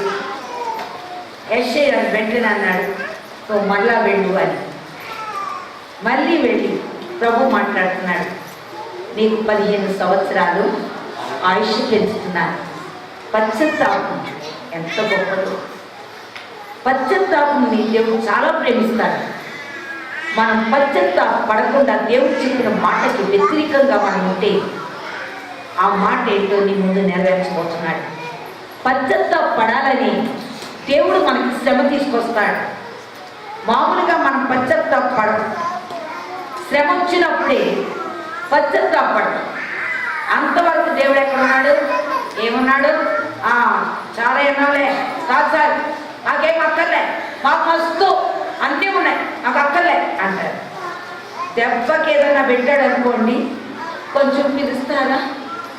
చాలా మందితో అయిపోయింది, కానీ ఇంకెవరన్నా ఉన్నారా? ఇంకెవరన్నా ఈ దేశంలో అందరూ రండి నాకు ప్రార్థన చేయండి అంటారు. ఎప్పుడు? శ్రమ వచ్చినప్పుడు. అందుకని దేవుడి ప్రేమ ఏం చేస్తుందంటే ఆ మనిషిని నాశనం చేయడం దేవుడి ఉద్దేశం కాదు. ఆ వ్యక్తి దేవునికి అవసరం. దేవుని బిడ్డగా ఉండాలని, తాను నరకానికి నాశనానికి వెళ్ళకూడదని ఒక శ్రమ తీసుకొస్తున్నాడు. అది తీసుకురాగానే అతనిలో ఏం కలుగుతుంది? పశ్చాత్తాపం. అంతవరకు హిజ్కియా అనుకున్నాడా నేను చనిపోతాను అని? అనుకోలేదు. మంచిగా ఒక గది నిండా బంగారం, ఇంకో గది నిండా వెండి, మొత్తం వైభోగాలు చాలా బాగున్నాయి. వాటితో ఏమైపోయాడు హిజ్కియా? మరిచిపోయాడు. అన్ని మంచి పనులు ఉన్నాయి, కానీ హృదయ అంతరంగంలో లోకము నింపబడి ఉంది. లౌకిక ఆశలు నింపబడి ఉన్నాయి, లౌకిక కోరికలు నింపబడి ఉన్నాయి. అందుకని దేవుడు ఏం చేశాడంటే, హిజ్కియా ఎలా ఉంటే నాశనం అయిపోతాడు, నరకానికి వెళ్ళిపోతాడని చెప్పి వెంటనే యెషయాతోటి వాక్కు పంపించాడు. దేవుడికి స్తోత్రం. శ్రమనిచ్చాడు, వాక్కు పంపాడు. అప్పుడు వెంటనే వచ్చి హిజ్కియా ఇల్లు చక్కదిద్దుకో అన్నాడు. ఒకేసారి నువ్వు చచ్చిపోతావంటే ఎలా ఉంటుంది? చచ్చిపోతానా అంటాడు. దేవుడికి స్తోత్రం. ఒకవేళ ప్రిపేర్ అయిపోయినారనుకో, ప్రభు మిమ్మల్ని పిలుస్తున్నారు అనగానే ఏమంటాం? దేవుడికి మాత్రం నేను రెడీగా ఉన్నాను తండ్రి, ఎప్పుడు వస్తున్నారు? ఇంకో రెడీగా ఉన్నాను అంటాం. ఇప్పుడు హిజ్కియా రెడీగా ఉన్నాడా లేదా? వెంటనే అతనికి ఏమైంది? కలవరం కలిగింది, భయము కలిగింది, బాధ కలిగింది, చింతొచ్చింది. వెంటనే గొడవ వైపు తిరిగిపోయాడండి. ఏడవడం స్టార్ట్ చేశాడు. అయ్యా నేను ఇవన్నీ చేశాను కదా అయ్యా, నన్ను ఏంటయ్యా నువ్వు ఎలా తీసేసుకుంటున్నావు, నన్ను జ్ఞాపకం చేసుకయ్యాను. కానీ దేవుని ప్రేమ ఎంత గొప్పదో చూడండి. పశ్చాత్తాపంతో ఏడ్చాడు. వెంటనే యెషయా పంపుతున్నాడు, మళ్ళీ నువ్వు నా సేవకుడికి 15 సంవత్సరాల ఆయుష్ ఉందని చెప్పు అన్నాడు. అప్పుడు చెప్పినప్పుడు నాకేంటి గుర్తు అంటే ఏమైంది? ఓడ గడియారము 15 నిమిషాలు వెనకకి వెళ్ళింది. ఇది దేవునికి స్తోత్రం. సహోదరి ఈరోజు నేను ప్రేమిస్తున్నాను. శ్రమ వచ్చింది, మా అత్త మంచిది కాదు, హింసాత్మకురాలు అనుకుంటున్నావేమో, పర్వాలేదు. నేను హింసించడానికి నీ అత్త నీ పక్కన పెట్టాడు. కారణం ఏంటో తెలుసా? నిన్ను ప్రేమించాడు. నీ భర్త చెడ్డోడు, వాడిని నిందిస్తున్నాడు, నిన్ను అనేక రీతులుగా బాధిస్తున్నాడు, హింస పెడుతున్నాడు. నువ్వు ధన్యురాలు. దేవునికి స్తోత్రం. కారణం ఏంటి? నేను దేవుడు ప్రేమిస్తున్నాను, ఉన్నతంగా చేయాలనే ఒక ఆలోచన దేవుని సన్నిధిలో ఉంది, నేను హెచ్చించాలనే ఆలోచన దేవుని సన్నిధిలో ఉంది. అందుకని నేను ఒక గొప్ప పాత్రగా చేయాలని దేవుడు కోరుకుంటున్నాడు. అందుకనే నీకు ఆ శ్రమ కలిగి ఉన్నావు, నీవు ఆ కష్టాలు కలిగి ఉన్నావు, ఆ బాధలు కలిగి ఉన్నావు. నువ్వు బలిక దేవుడు ఏదో ముళ్ళిస్తాడు. ఆ ముళ్ళు ద్వారా దేవుని సన్నిధిలో నేను ప్రేమించి దేవుని దగ్గరికి చేర్చుకుంటాడు. దేవుడికి స్తోత్రం. అందుకే దేవుడి ఈరోజు మనతో మాట్లాడుతున్నాడు. దేవుడికి స్తోత్రం. నేను ఒక గొప్ప పాత్రగా, ఒక రాజుగా చేయాలనుకుంటున్నాడేమో, ఒక రాణిగా ఉంచాలని అనుకుంటున్నాడేమో, నేను ఒక ఉన్నత స్థలంలో పెట్టాలనుకుంటున్నాడేమో, నీకు ఒక మంచి భార్యని ఇవ్వాలనుకుంటున్నాడేమో. నీ భార్య నా భార్య నన్ను ప్రేమించట్లేదు, నన్ను వద్దన్నది, వెళ్ళిపోయింది, అది నాకు అక్కర్లేదు అంటుంది అని ఏడుస్తున్నావా? ఏడవ. నీకు ఒక ఉన్నతమైన కార్యం నీ పక్షంలో దేవుడు చేయాలని ఆలోచన కలిగి ఉన్నాడు.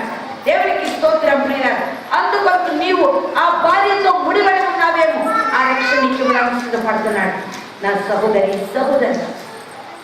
దేవుడు ఏది చేసినా అది మనకి మేలే కానీ కీడైతే కాదు. దేవునికి స్తోత్రం. అందుకే దేవుడు ఈరోజు మనతో మాట్లాడుతున్నాడు.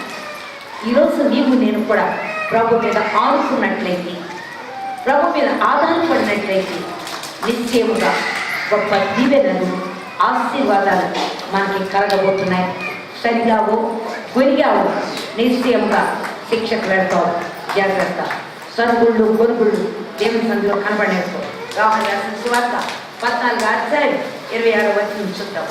యోహాను రాసిన సువార్త 14వ అధ్యాయం. ఆదరణకర్త అనగా తండ్రి నా నామమున పంపబోవు పరిశుద్ధాత్మ సమస్తమును మీకు బోధించి నేను మీతో చెప్పిన సంగతులన్నిటినీ మీకు జ్ఞాపకము చేయును. దేవునికి స్తోత్రం. ప్రియులారా, దేవుడు ఈరోజు మనతో మాట్లాడుతున్నాడు. ఏమంటున్నాడు? ఆదరణకర్త అనగా తండ్రి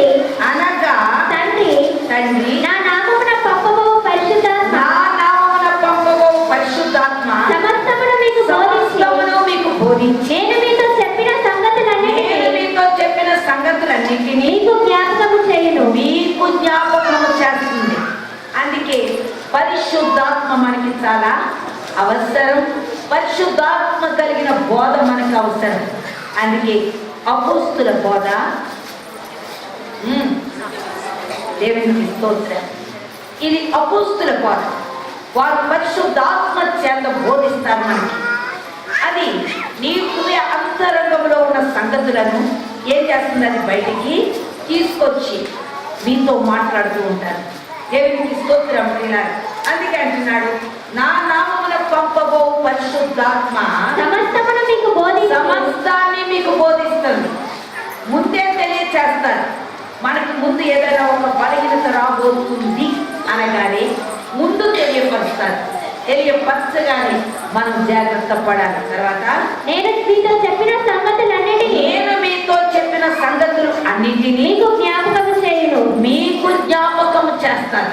హల్లెలూయా, హల్లెలూయా, దేవునికి స్తోత్రం. కాబట్టి ఇదంతా బైబిల్ అంతా కూడా ఒకసారి చెప్పబడిన విషయాలే. ఆయా పరిస్థితుల్లో ఆయా జనులకు చెప్పబడినవి. అవి మళ్ళా తిరిగి ఏం చేస్తుంది? జ్ఞాపకం చేస్తుంది. పలానా విషయంలో ఇలా జరిగింది జ్ఞాపకం చేసి మనం ఏం చేస్తుందంట? బలపరుస్తుంది. దేవునికి స్తోత్రం. తర్వాత ఏమన్నాడు? శాంతి మీకు అనుగ్రహించి వెళ్ళుచున్నాను. శాంతిని మీకు అనుగ్రహించి వెళ్ళుచున్నాను. నా శాంతిని మీకు అనుగ్రహించుచున్నాను. లోకము ఇచ్చినట్టుగా నేను మీకు అనుగ్రహించుటలేదు. నేను మీకు ఇవ్వటం లేదు. ఈ శాంతి ఆ లోకం ఇచ్చే శాంతి కాదు. డబ్బులు రాగానే శాంతి వచ్చింది అనుకుంటున్నావా? హల్లెలూయా. అమ్మయ్య, డబ్బులు ఇవ్వండి, మెంటల్ టెన్షన్ వచ్చేసింది, డబ్బులు వచ్చినాయండి, అబ్బా నెమ్మది వచ్చిందండి బాబు అంటాం. డబ్బుల ద్వారా నీకు శాంతి రాదు, ఇంకా శ్రమ అధికమవుతుంది. ఇప్పుడు రాహేలమ్మకి 25,000 వచ్చినాయి. 25,000 రాగానే రాహేలమ్మ కొడుకు ఏమంటాడు? అమ్మ కొడుకు తెలిసిందో లేదో తెలుసున్నా లేదు. పాప రాహేలమ్మ 10,000 తీసుకుంది, 15,000 వేరే వాడికి ఇచ్చేసింది. కానీ ఒకవేళ 25,000 రాహేలమ్మ తీసుకుంది అనుకో, కొడుకు వస్తాడు, అమ్మా ఏవే నాకు ఇప్పుడు చాలా అర్జెంట్ ఉందమ్మా, ఇంకో ఆ డబ్బులు ఇచ్చేస్తే నేను అక్కడ అప్పు ఇవ్వాలి, ఇక్కడ అప్పు ఇవ్వాలి, అప్పుడు తర్వాత నేను కట్టుకుంటా, నీకు ఎందుకే, నువ్వు నాకు ఇయ్యి అంటాడు. ఇవ్వంటుంది, లేదురా నాయన అలా కాదురా, ఇలా కాదురా, కాదే కావాలి, నాకు అర్జెంట్కి ఇస్తావా లేదా, లేకపోతే నేను నీ కొడుకుని కాదు, నువ్వు నాకు తల్లి కాదు, ఇది నువ్వు వెళ్ళిపోవు అంటాడు. ఇప్పుడు ఆయన కొడుకులేడు అనుకోండి, కొడుకుంటే అని చెప్తున్నా, ఇంకా అందరికీ ఇవ్వలేదనుకోండి, ఏం చేస్తాడు? బొర్ర 2 ముక్కలు అయిపోద్ది. హల్లెలూయా. బుర్ర 2 ముక్కలు అయిపోద్ది. రాయలమ్మ ఎక్కడ ఉంటుంది? ఎగ్జాంపుల్ చెప్తున్నానమ్మా. రాయలమ్మ హాస్పిటల్లో ఉంటుంది, కొడుకు జైల్లో ఉంటాడు. ఓకే, ఇప్పుడు 25,000 వచ్చిన వల్ల రాయలమ్మకి ఏంటి సుఖం? శాంతి వచ్చిందా? సమాధానం వచ్చిందా? నెమ్మది వచ్చిందా? ఇవన్నీ కూడా కీడికే మూల కారణం. ఈ లోక ధాన్యము, ధన ధాన్యాలు, ఈ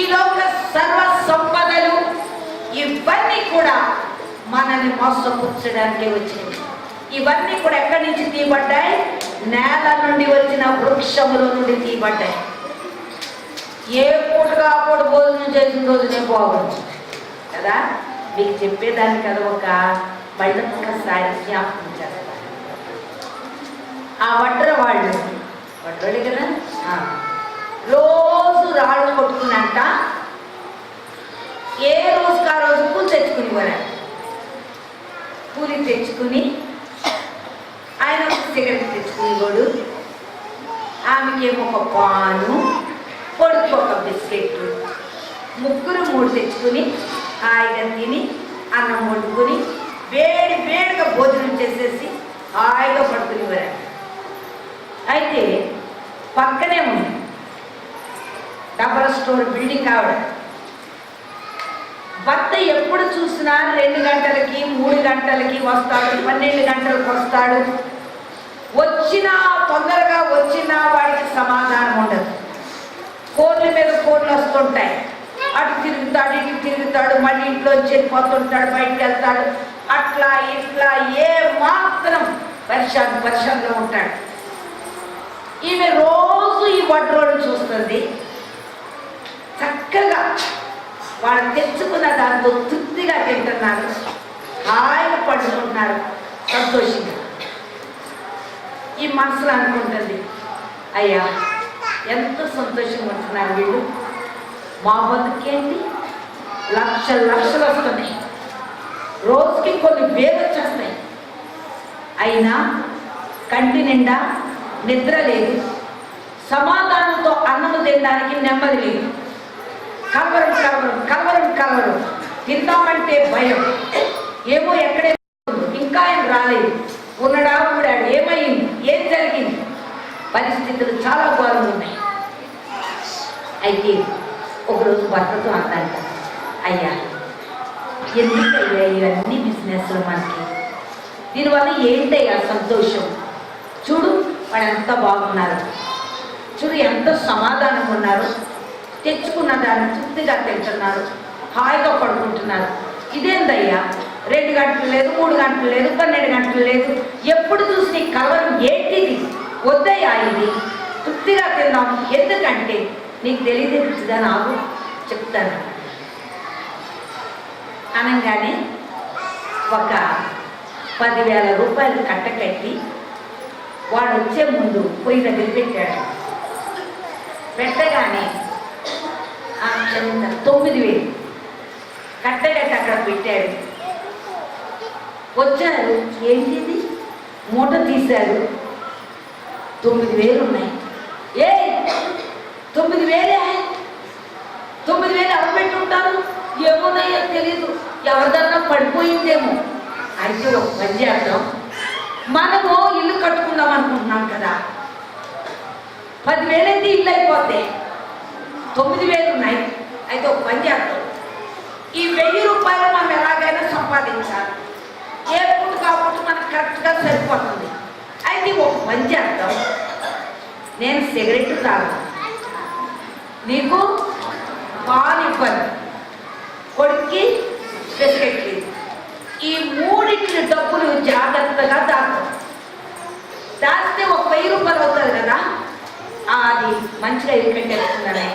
అప్పట్లోనమ్మా, ఇప్పుడు కాదే, 1,00,000 రూపాయల పైన ఉన్నది, అందుకే నేను అప్పటి సంగతి చెప్తున్నాను అనగానే వెంటనే సరే అనుకున్నారు. సిగరెట్ తాగకపోతే ఇవి నిద్ర,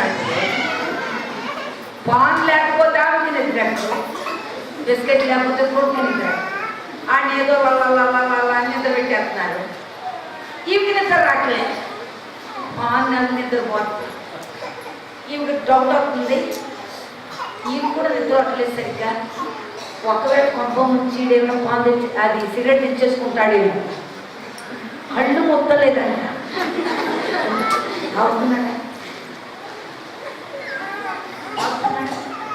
చూసుకుంటుంది.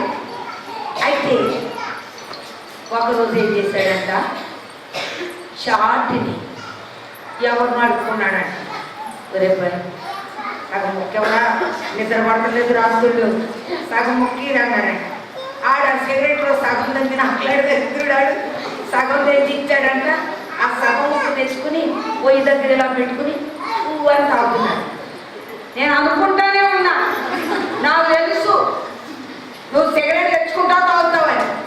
నా ఒక్కదానికే బాను, నేను ఒక్కదాన్నే కాదే బాబు, అడుగు తెచ్చుకున్నానే. అడుగు తెచ్చుకున్నావు, కడుపు తెచ్చుకున్నావు, నువ్వు తెచ్చుకున్నావు అంతే. నా బాలేదు. ఈ అక్కడి నుంచి స్టార్ట్ అయింది గొడవ. 1000 రూపాయలకి ఆ పరిస్థితి చూడండి. తన్నుకుంటున్నారు, కొట్టుకుంటున్నారు. భర్త అన్నాడంట, చూసావే ఈ బిజినెస్ ఏంటంటే లారీలు ఉన్నాయి. ఈ లారీల కొరకు ఎప్పుడు కూడా వస్తుందో తెలియదు. యాక్సిడెంట్లు అవుతాయి కదా. అయ్యా యాక్సిడెంట్ అయిన మన లారీ, అవునా ఎక్కడ, ఇదిగో వచ్చేస్తున్నానని వాడు. ఇంకో చోట నేను, అయ్యా మన లారీని పట్టుకున్నారు, అవునా వస్తున్నాను. ఇప్పుడు బిజినెస్ కదా, పాపం పరిగెడతా ఉండేవాడు. ఈమెను పాటేసింది, వీళ్ళిద్దరూ హాయిగున్నారు. నా బతుకేంటి లాగుంది, చిచ్చి ఇదోటి దరిద్ర బతుకు, ఈ సంపాదన దరిద్ర సంపాదన అని. ఇప్పుడు 1000 రూపాయలకి 7 సంపాదన చూడండి. ఇద్దరు తగ్గుకుంటున్నారు, నిద్ర పోటలు కొట్టుకుంటున్నారు. అసమాధానం వచ్చేసింది. అప్పుడు పిలిచారండి, ఇలా రాదు. చిన్నోడికి చిన్న బాధ, పెద్దోడికి పెద్ద బాధ. చూసావా ఆ 1000 రూపాయలకి ఎలా తగ్గుకుంటున్నారు ఈరోజు నా సహోదరి. ఈ లోక ధనధాన్యాలు, సౌఖ్యాలు జీవితానికి సమాధానం, జీవితానికి నెమ్మది. అది ఎవరి దగ్గర ఉంది? హల్లెలూయా, హల్లెలూయా. దేవుని దగ్గర ఉంది ఆ సమాధానం, ఆ సంతోషం, ఆనందం. మంచి భార్య, భక్తి కలిగిన భార్య చేసుకున్నాం అనుకో, ఏమండి వెళ్తామండి అంటే మంచిగా మాట్లాడతాడు అంటారు. భక్తి కలిగిన భర్తను కలిగి ఉన్నావనుకో, ఏమే తొందరగా చుట్టుపడి బండ్లు తీసుకుని వెళ్ళిపోతాం, త్వరగా వెళ్ళిపోదాం దేవుడి దగ్గరికి. మస్తు వాక్యం చక్కగా వినొచ్చు, తృప్తి బాబు. ఏదో దరిద్రుని హాయి ఉంటాను, ఎంత నెమ్మదో ఆత్మకి. అక్కడికి వెళ్తే నాకున్నంత నెమ్మది ఎక్కలేదు. కుటుంబం అంతా ఆనందంతో సమాధానంతో ఈ శాంతిని పొందుతుంది. ఈ శాంతి లోకము నీకు ఇవ్వదు అంటున్నాడు. దేవుని దగ్గర ఉన్నంత శాంతి లోకములో లేదు. రాత్రి పగలు నిద్ర ఉండదే, కానీ ఈ సమాధానం పొందినోడికి హాయిగా నిద్రపోతాడు. హల్లెలూయా. ఎప్పుడు మనసు ఎక్కుతున్నా, ఎప్పుడు మనసు ఎక్కుతున్నా అని చూడాలి. దేవుడికి స్తోత్రం ప్రియులారా. ఈరోజు దేవుడి మాట లేదు, దేవుడిలో కలిగిన ఆనందాన్ని పొందాలని దేవుడు కోరుకుంటున్నాడు. 1 కొరింథీ 2:10 చూద్దాం. 1 కొరింథీ 2:10.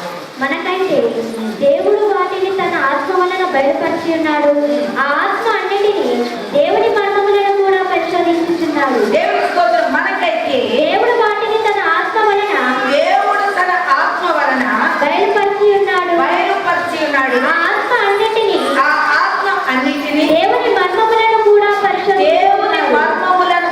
పరిశోధించుకుంటాడు. సరే, దేవుని మర్మం ఎలా ఇమిడి ఉంది, లౌకికానికి దైవత్వానికి ఎలా ఇమిడి ఉంది.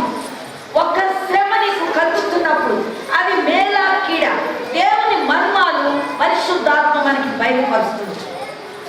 కాబట్టి ఆ ఆత్మ ఏం చేస్తుంది, దేవుని యొక్క ఉద్దేశాన్ని మర్మాలుగా మనకి తెలియపరుస్తున్నప్పుడు దాన్ని బట్టి మన ఆత్మను మనం కాపాడుకోవడానికి అవకాశాలు ఉన్నాయి. దేవునికి స్తోత్రించమన్నాడు. ఒక మనుషుని సంగతులు మనుష్యాత్మకే కానీ మనుషులలో మరి ఎవరికి తెలియను. అలాగే దేవుని సంగతులు దేవుని ఆత్మకే కానీ మరి ఎవరికి తెలియవు. దేవుని వలన మనకు దయచేయబడిన వాటిని తెలుసుకొనుటకై మనము లౌకికాత్మను కాక దేవుని యొద్ద నుండి వచ్చే ఆత్మ ద్వారా బయలుపరచబడతాయి. హల్లెలూయా. లౌకిక అంటే లోక సంబంధమైనది. ఇప్పుడు మీకు అద్భుతాలు చేస్తాం రండి అంటున్నారే, అది లౌకికాత్మ. 10,000 ఇవ్వండి, 1,00,000 ఇస్తాడు దేవుడు అంటున్నారు చూడండి, లౌకికాత్మ. దేవునికి స్తోత్రం. దేవుని ఆత్మ ఏం చెప్పింది? మొదట నా నీతిని, నా రాజ్యాన్ని వెతకండి. నువ్వు కలలు కనుకు, నీ కూతురు గురించి కలలు కనుకు, నీ కొడుకుల గురించి ఎవరి గురించి కలలు కనుకు, అవి కలలుగా ఉంటాయి. అవి నెరవేరిన రోజు నువ్వు పిచ్చోడు అవుతావు. మా తాతగారు అనేవారు, నాకు 4 అన్నలు. మా పెద్దన్నేమో డాక్టర్ అవుతాడు, మా 2 అన్నేమో ఇంజనీర్ అవుతాడు, మా 3 అన్నేమో లాయర్ అవుతాడు, మా 4 అన్నేమో ఎస్ఐయో అయిపోతాడు. 4గురికి 4 డిగ్రీలు పెట్టుకున్నారు. ఇక చదివించడానికి ప్రారంభించారు. కడుపు నిండా అన్నం ఉంది, మంచి మంచి బట్టలు ఉన్నాయి. మరి ఐస్ క్రీమ్ వెళ్ళిన ఆ రోజుల్లో పెద్ద స్టైల్ కాస్ట్లీ. మా ఊడైతే, మా 3 అన్నైతే రాయదు కదా, అంటే అవలేదు. అందుకని ఏం చేసేవాడంటే కట్ల మీద సూటేసుకుని మరి వెళ్ళేవాడు. దేవునికి స్తోత్రం. పిల్లారు బా, ఆ లాయర్ అయిపోయినట్టు మా తాతగారి ఫీలింగు, డాక్టర్ అయిపోయినట్టు ఇంకా ఫీలింగు, ఇంజనీర్ అయిపోయినట్టు ఇంకో ఫీలింగు, అన్ని ఫీలింగ్సే. అందుకని మా నాన్నగారి ఫీలింగ్ ఇంకా ఎక్కువైపోయి ఏవి కొత్త డ్రెస్ వస్తున్నాయి అన్నీ కొనేసి ఇచ్చేసేవారు. మంచి లైఫ్. అలాంటి అన్నయ్య ఏమో, పెద్ద అన్నేమో బిఎస్సి బిఎడ్ దగ్గర ఆగిపోయాడు, చిన్నన్నేమో ఏఎంఐ దగ్గర ఆగిపోయాడు, 3వ అన్నయ్య ఏమో బ్లడ్ టెస్ట్ చేస్తారు కదా అక్కడ ఆగిపోయాడు, 4వ అన్నయ్య ఈసీఆర్ ఉద్యోగం దగ్గర అయిపోయిందా. కళలు కనేసి దేవుని అప్పుడు వాళ్ళు వస్తారు. ఎలా వస్తారో తెలుసా? కాలుల మీద వస్తారు. అప్పుడు రోడ్డు అనేది అడిగారు. దేవునికి స్తోత్రం. ఇది కళలు మాత్రమే. ఈ కళలు కంటే వాళ్ళు అయిపోవాలనుకుంటారు. అది చివరికి ఏ సమయంలో దేవుడు దాన్ని ఎలా తిప్పేస్తాడో నీకు తెలియదు, నాకు తెలియదు, ఎవ్వరికీ తెలియదు. అది దేవుని చేతిలో ఉన్నాము. దాన్ని నెరవేర్చగలిగిన వాడు దేవుడు ఒక్కడే. అది నెరవేరుస్తాడో తెలీదు, నెరవేర్చడో తెలీదు. మన ఒక తల్లిదండ్రులు వచ్చారు నా దగ్గరికి. అమ్మాయి ఇంజనీర్ చదివింది. అమ్మాయి మీద ఎన్నో కలలు కన్నారు తల్లిదండ్రులు. మంచి లెవెల్ సంబంధాలు చూస్తున్నారు. మామూలు లెవెల్ కాదు, వాళ్ళ లెవెల్కి తగ్గట్టు మంచి ఆఫీసర్ నాన్న, ఆడ లెవెల్కి తగ్గట్టుగా సంబంధాలు చూస్తున్నారు. పెళ్లి చేయాలని ఆలోచనతో అమ్మాయి ఆటో డ్రైవర్తో వెళ్ళింది. ఆ తల్లి బాధ ఎలా ఉంటుందో చెప్పండి, ఆ తండ్రి బాధ ఎలా ఉంటుందో చెప్పండి.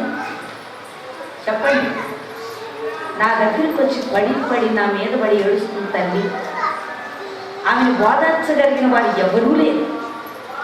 ఆ గుండె తీత, ఆ గుండె బాధ ఎంత భయంకరమైందంటే చెప్పనది కానంత భయంకరమైంది.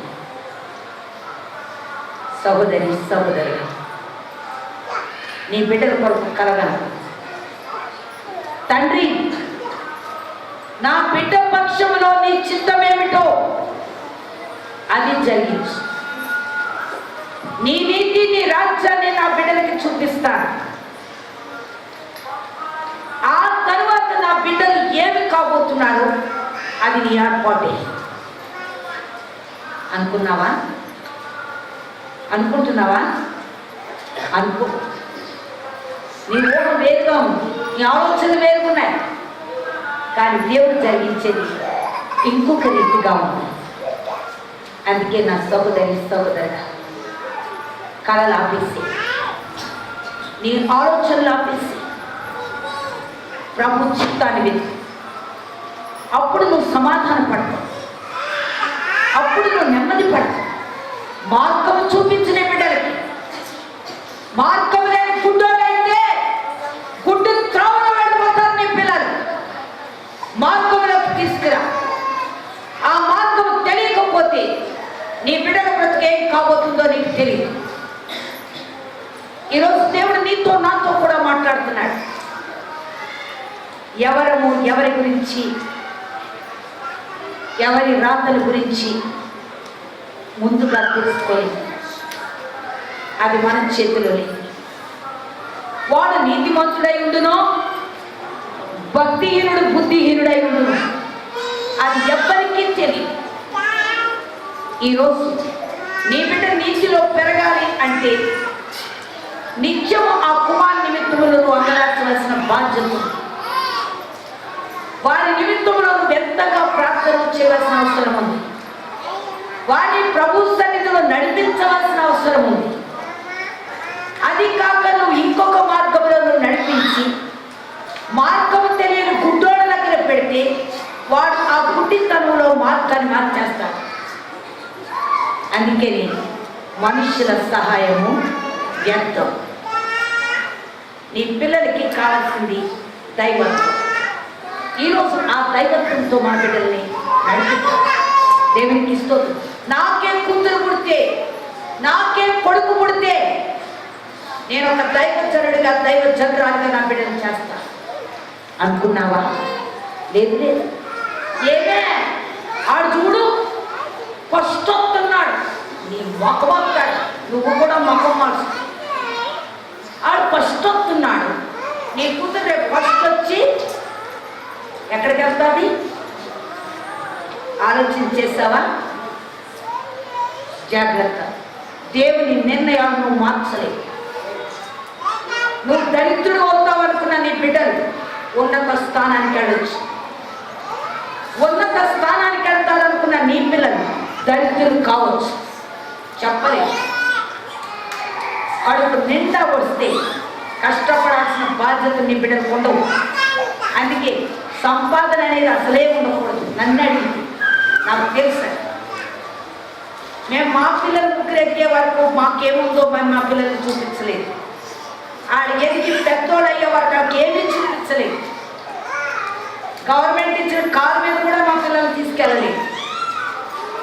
ఎప్పుడు మా చిన్నది అడిగేది, డాడీ ఒక్కసారి కారు వేసుకురా డాడీ మా స్కూల్కి, ఎందుకంటే ఆ ఫ్రెండ్స్ చెప్తారు కదా మా కారు ఉంది అంటారు. నీ మమ్మ కారు ఉంటే బస్ మీద ఎందుకు వెళ్తావు అంటారు కదా. ఎంత బతిమాలేదు ఏమా? కాదు కాదు, నీ స్థితి ఇదే. అక్కడ కారు ఎక్కువ, అక్కడ బస్సు ఎక్కువ, దాని స్కూల్ ముందే బస్సు, కీస్ ముందే బస్సు ఎక్కువ, ఆర్టీసీ కాలేజీలో దిగి చాలే కారు అంట కారు. సరే హల్లెలూయా. పిల్లలకి మనం ఎప్పుడైతే భావం చూపిస్తామో, ఎప్పుడైతే లెవెల్ చూపిస్తామో ఆ పిల్లలు అష్టదరిద్రులు అవడం నేను చూశాను. మా తల్లిదండ్రులు చూపించారు, మా అన్నదమ్ములకి. దేవునికి స్తోత్రం. ప్రియుల అనుకున్నది ఏది వాడు చేయలేదు. వాళ్ళ వయసుకి రాగానే ప్రేమించడం మొదలుపెట్టారు, ప్రేమాలోకంలో పడ్డారు. మాకేంటి కష్టపడాలి, పొలాలు ఉన్నాయి, ఎంజాయ్. అది అడిగినంత మా డాడీ ఇవ్వటం, తీసుకోవడం, ఎంజాయ్ చేయడం, ఇది. అందుకని కడుపు మాడుతుంటే ఎక్కడికి వెళ్తాం? దేవుని దగ్గరికి వెళ్తాం, మోకాళ్ళు వెళ్తాం. అయ్యా ఈరోజు నా కడుపు మాడుతుంది, నా కడుపు నింపయ్యా అడుగుతాం. సహోదరి సహోదరు, ఆత్మ మర్మాలనే, నీకు ఆత్మ మర్మాలనే చూపిస్తుంది.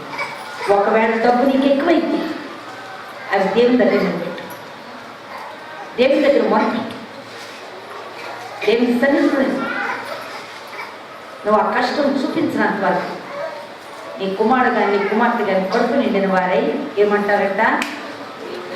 దేవుడు ఉన్నాడు. హల్లెలూయా. దేవునికి స్తోత్రం. అందుకని మనం మన బిడ్డలు ఒక ప్రత్యేక పాత్రగా పెంచడానికి ప్రయత్నించాలి. లేని దాన్ని మన పిల్లలకి చూపించరు. అందరూ పొట్లాలు కొంటున్నారు, మా పిల్లలు కూడా పొట్టలు కొంటారు. భోగం కదా, పొట్లాలు వాడుకో. ఇంట్లో వండింది పిల్లలకి తినిపించు, ఆరోగ్యం. పొట్లాల వల్ల క్యాన్సర్ వస్తుంది.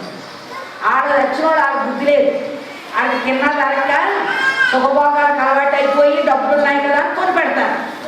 మనం కూడా అదే పద్ధతిలో వెళ్తే పొద్దున పొట్టలు కావాలమ్మా అంటారు. పొట్టలు అంటే తెలిసిన ప్యాకెట్ కిట్ కాటు కట్టి కిట్ అని కొన్ని ఉన్నాయి కదా, వాటి వల్ల క్యాన్సర్, భయంకరమైన రోగాలు ఏమి లాభం. ఇవన్నీ కూడా మన పద్ధతుల్లో మనం నడిపిస్తున్నాం. పక్కింటి పద్ధతి అని మాటింపు, మన పిల్లల్ని మన పద్ధతిలో పెంచుకుందాం, మన విధానంలో పెంచుకుందాం. వాళ్ళని వెళ్ళి చూడదు, వాళ్ళు వెళ్ళి చూసినప్పుడు మన పిల్లలు పడిపోయే అవకాశాలు ఉంటాయి. దేవునికి స్తోత్రం. అందుకే ప్రభు మనతో ఈరోజు హెచ్చరిక చేస్తున్నారు. మొదటి తెస్సలోనికీయులకు 4:9 చూద్దాం. సహోదర ప్రేమను గూర్చి మీకు రాయనక్కరలేదు, మీరు ఒకరినొకరు ప్రేమించుటకు దేవుని చేతనే నేర్పబడితిరి. దేవునికి స్తోత్రం ఏమంటున్నాడు? సహోదర ప్రేమను గూర్చి మీకు రాయనక్కరలేదు, మీరు ఒకరినొకరు ప్రేమించుటకు దేవుని చేతనే నేర్పబడి నేర్పబడితిరి. అది మీ ద్వారా కాదు, దేవుని చేత నేర్పబడిన ఆ ప్రేమ మీరు ప్రేమించాలి. దేవుడు మనకేం నేర్పించాడు? ప్రేమ ఒక్కటే నేర్పించాడు. చంపటం నేర్పించలేదు, కొట్టడం నేర్పించలేదు, ఇంకా వేరే ఏమీ నేర్పించలేదు. అందుకే దేవుడే మనకి ప్రేమ నేర్పించాడు. ఎలా నేర్పించాడు?